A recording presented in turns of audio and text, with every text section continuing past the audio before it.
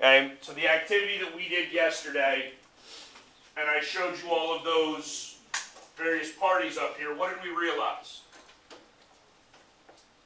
What's the inevitability? Two parties, right?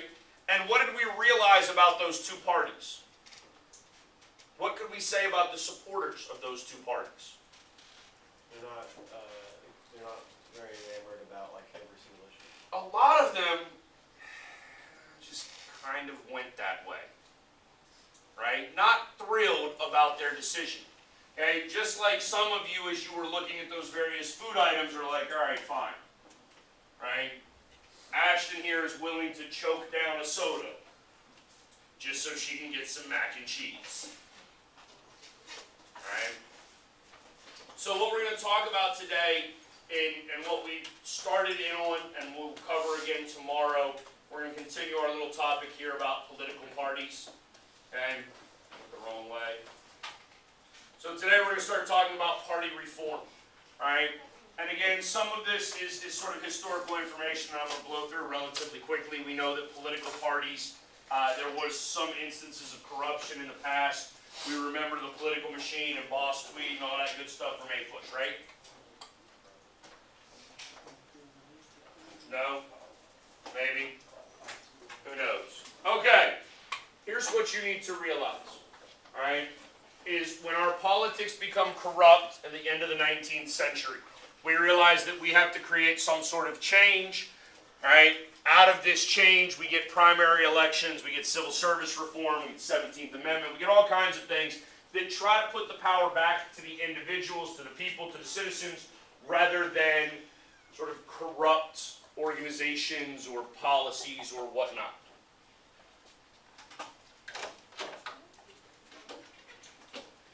All right?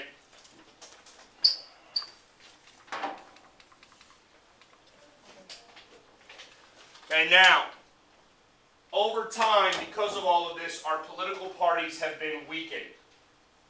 Okay? Our political parties are not as strong as what they once were. We talked about in terms of interest groups. Sometimes interest groups will pick up some of that slack. Right? It used to be that the Republican Party was adamant about its support for Second Amendment rights. Now the Republican Party kind of takes a back seat and they let the NRA do it for them. Okay?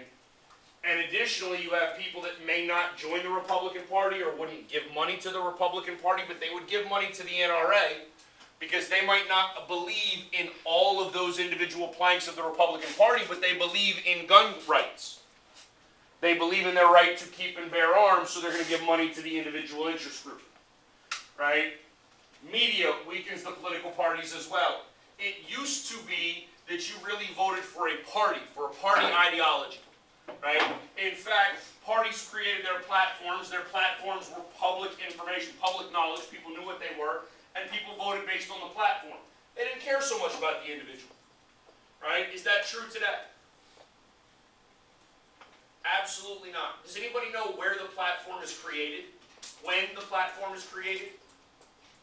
Usually by the president? No. By the delegates, right?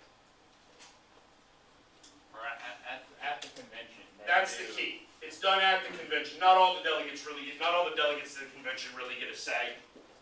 Okay, but it's done at the conventions, which means that they put together the platform every 4 years. Right?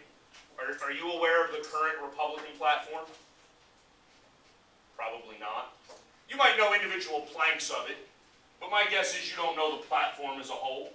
Right? Even if you identify as a Republican. If you identify as a Democrat, you probably know individual planks, but you don't know the platform as a whole. Right? In fact, when we watch the conventions, and it's a small percentage of Americans that do, they tend to watch the primetime speeches where people are basically just, it's a rah-rah for our guy and a boo-boo for the other one. Right? I mean, that's all they do. They don't actually talk about policy as much. In fact, that policy is really ironed out or hammered out during the daytime when, yes, there are cameras there and it is part of the process, but people just don't pay as much attention to it. All right? So that's a little less important. Additionally, the parties themselves sort of create larger platforms, less coherent platforms, because they're trying to garner more membership, right? If you look at the Democrats, and this is sad, but probably 100% accurate, during the Democratic convention, the Democratic Party took some of Bernie Sanders' ideas and added it to the Democratic platform. Ideas like free college tuition for kids, right? The Bernie Sanders idea. Yay, good. That's in the Democratic platform. If Clinton had won the election, do you think that college students would get free college? No. Okay? 2 reasons. One, it's not really feasible. You can't pay for that financially. Okay? And 2, Republicans are certainly not going to create new entitlement plans right now when they can't pay for the entitlement plans they already have. And even if Clinton had won, the Republicans would probably still control at least one body. They probably would have still controlled the House of Representatives. And this is going off the assumption that Clinton brings a couple of senators with her and somehow the Democrats have a small minority in the Senate. Okay? So parties will also do that, and that weakens the party altogether, because now you're sitting there going, yay, here's what I want from the Democratic Party, except if you look at it in any detail, you go, yeah, they're not ever going to do this. They're just trying to placate me now to get me to go out and vote for Clinton. Clinton has no intention of making good on Bernie Sanders' promises. All right? It's simply a means of trying to get the vote. All right? The growth of political independence decreases the relevance of parties, or continues to weaken parties. Okay? Split ticket voting is in part a result of political independence, but it's also in part a result of this candidate-centered campaign ideology, right? I mean, if you listen to both Trump and Clinton on the campaign trail, did either one of them really talk about their policies in great detail? No, it was more about them as a person, right? And CNN and Fox News covers them as people far more than what they cover their actual policies. Okay? This is a little counter argument to this. He's saying that independents aren't truly independents. We've talked about that a little bit, right? People, right, turn 18, they register to vote, they might register with a party, but that doesn't necessarily mean, they might register independent, but that doesn't necessarily mean they are independent. Okay? And so it's what you call sort of closeted partisan voters. Okay? In fact, the Trump campaign picked up on this specifically, and they actually talked about this as being a reason why those polls that showed Clinton so far out ahead were actually inaccurate, right? Because you had what the Republican Party called closeted Trump supporters. People that always had every intention of voting for Trump, but they wouldn't tell anybody that because they were fearful of some of that backlash and some of that judgment that came out of it. But also, like, I read, like, the way the polls work, like, they would call people and, like, even if they were going to vote for Trump, but they hadn't voted in the last election or whatever, or they just were able to. There were issues, yeah, you're absolutely right. And we'll get to that when we get to media next week. There were issues with how the polls were conducted as well. I mean, one poll, the sampling was like 70% Democrats and like 10% independent and 20% Republican, and then they found out that Clinton was way ahead. Shocking, right? Okay, so you'll realize that when we go through that.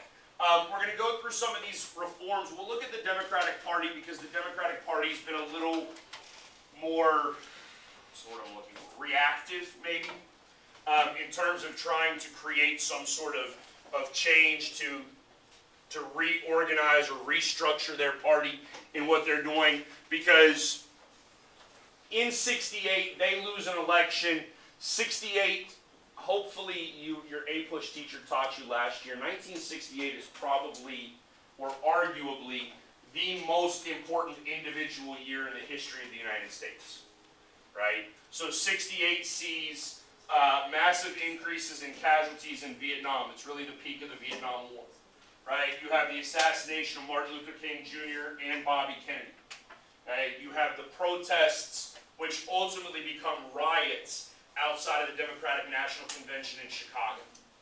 Right? 68 is an incredibly important year. The Democrats lose that election. And really outside of that Eisenhower time, it's the first time that the Democrats are not in the White House since FDR. Right? And Eisenhower, like I told you yesterday, is a bit of that outlier because he's a war hero and he's a very moderate Republican. All right? I mean, literally, he's one of those guys where both sides were trying to get him to run as their candidate. That's how moderate he was. All right? He just happens to go in as a Republican. Okay? So the Democratic Party is going to change its structure. Okay? And one of the things that they're going to do is they're going to try to open their party up to more minorities, more young people, more women. They want to be more inclusive. They want a broader range of support and input into what's going on. And so in 72, they nominate just an incredibly liberal candidate, and they get absolutely annihilated in the election. Who did they nominate? Humphrey was 68, right? Yeah, I can't remember off the top of my head. But in reality, here, it would actually be on that map up there. In reality, what you guys don't realize, or what I'm going to explain to you now, is that whoever the Democrats had elected or nominated in 72, it's really irrelevant. McGovern. Okay? And the reason that it's irrelevant in 72, we all talk about how terrible a president Nixon was, right? But if you think about what Nixon actually accomplished in his first term in office, what did he do? Peace with China. He got out of Peace with China. And what else? Vietnam. We're almost out by 72. But it's the writing is on the wall that we're going to get at, right? So he's ending what has been almost a 20-year conflict, right? And has been a wildly unpopular conflict. And he normalizes relations with a massive country that is absolutely sort of essential to our economic well-being. That sounds like a great president, right? Like, what exactly did he do with China? It's what we call détente, but it's basically just an opening up of relations and communication. We no longer treat them as if they're our enemy. Honestly, there's a part of me that believes that that's what Trump's whole goal with Russia was. Yeah. That all Trump is really trying to do is what Nixon did with China. He's just trying to do it with Russia. Yeah. Right? The problem is there's a lot more scrutiny now that people hate Trump before he ever became president. He has bigger hurdles to get over in that regard. Yeah. Okay? But if you also look, just think domestically, I told you 68 is one of the most tumultuous years in U.S. history, right? What about 70, 71, 72? How are those years in U.S. history? Reagan. Things are pretty good now, right? We don't have all the civil unrest that we had in the 60s. Things stabilize. The economy is decent. In fact, it's while Nixon's in office, right, that we start this process of defeating, and I use that in quotes, defeating the Soviet Union in terms of quality of life, right? Because that's ultimately how we kill the Soviet Union. We just make it to where it's a heck of a lot better to be an American than it is to be a Soviet, right? Because Americans get things like what in the 70s? Cars. We've had cars. Televisions. Elections. We've had elections. Happiness. Washing machines, right? We don't have to hand wash clothes anymore. Dishwashers, right? All sorts of appliances that you guys, and I'm going to be honest with you, even I take for granted, right? That all of a sudden make life in America so much simpler, so much easier, so much better, right? And then all we have to do is run around and talk about that, and the Soviets are like, man, we ain't got that stuff. I'm still having to take my clothes down to the river with that little washboard and a spoon, and we gotta play some music afterwards, whatever. But like that's not a fun way to live. Okay? And so the Democrats, honestly, I think, and this is just my opinion, but I think in 72 they overreact a little bit, right? And I think that they were going to get annihilated anyways. Right? Now, what happens during Nixon's second term is a result of some psychological issues that Nixon has. Okay? And so, sadly, he's going to go down as a terrible president despite some of the really positive things that he did. Okay? But, so the Democratic Party is going to change again. One of the things that comes out of this is this idea of superdelegates. What are superdelegates? Office holders who vote in primary. They're office holders who vote in a primary that can vote for anybody they want, regardless of what the popular vote or the primary results are in that state. Can anybody name a superdelegate from 2016? How about a man named William Jefferson Clinton? He's not an office holder. But he was. And so he's still an esteemed Democratic Party member. Right? Anybody want to guess who Bill Clinton voted for? Of course. Okay? In reality, superdelegates gave the election, the nomination to Clinton before a single regular American voted. Okay? Now, that's not 100% accurate. She did not have enough delegates just from the superdelegates, but she had a lead that was ultimately insurmountable. Okay? And these superdelegates came out and made it known who they were voting for before a single vote was cast. A significant number of them did, which made a lot of Americans feel like, well, Bernie Sanders can't win anyways. What's the point? Okay? And this is done in part as a result of not trying to have that radical liberal candidate. Guess what Bernie Sanders was? Radical liberal candidate. Guess what Clinton is? Moderate Republican, moderate Democratic candidate. She's got some Republican ideologies. She's got some Democratic ideologies too. But she was, especially when you put her up next to Sanders, she's very moderate. What kind of Republican ideologies does she have? She's a war hawk. Oh, like she's fine with going to war and stuff? Oh, not fine with. She wants to start wars. She proved that as Secretary of State. Yeah. Okay? And that is typically, and we're just stereotyping, it's typically a Republican ideology. All right? Some of the other reforms, they lower the requirements to get delegates. Okay? What we have then in the 90s is a resurgence of the parties. I'm speeding through this because we've only got like a minute left, and I want to get to a specific part or point. Okay? So in the 90s, we have that sort of resurgence. Okay? Now, understand that there are still some significant like red flags in the 90s that say that political parties really are dying anyways, even though they seem to have a resurgence. Okay?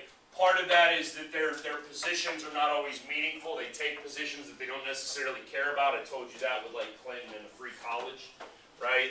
Membership to the party is ultimately essential, and they basically do as little as possible to really create some sort of direct plan, because the goal is to hit all of these independents right here, because that's what they ultimately need to do, right? They need the independents now in order to win an election. All right, so we'll stop there. Go ahead and pack up for me.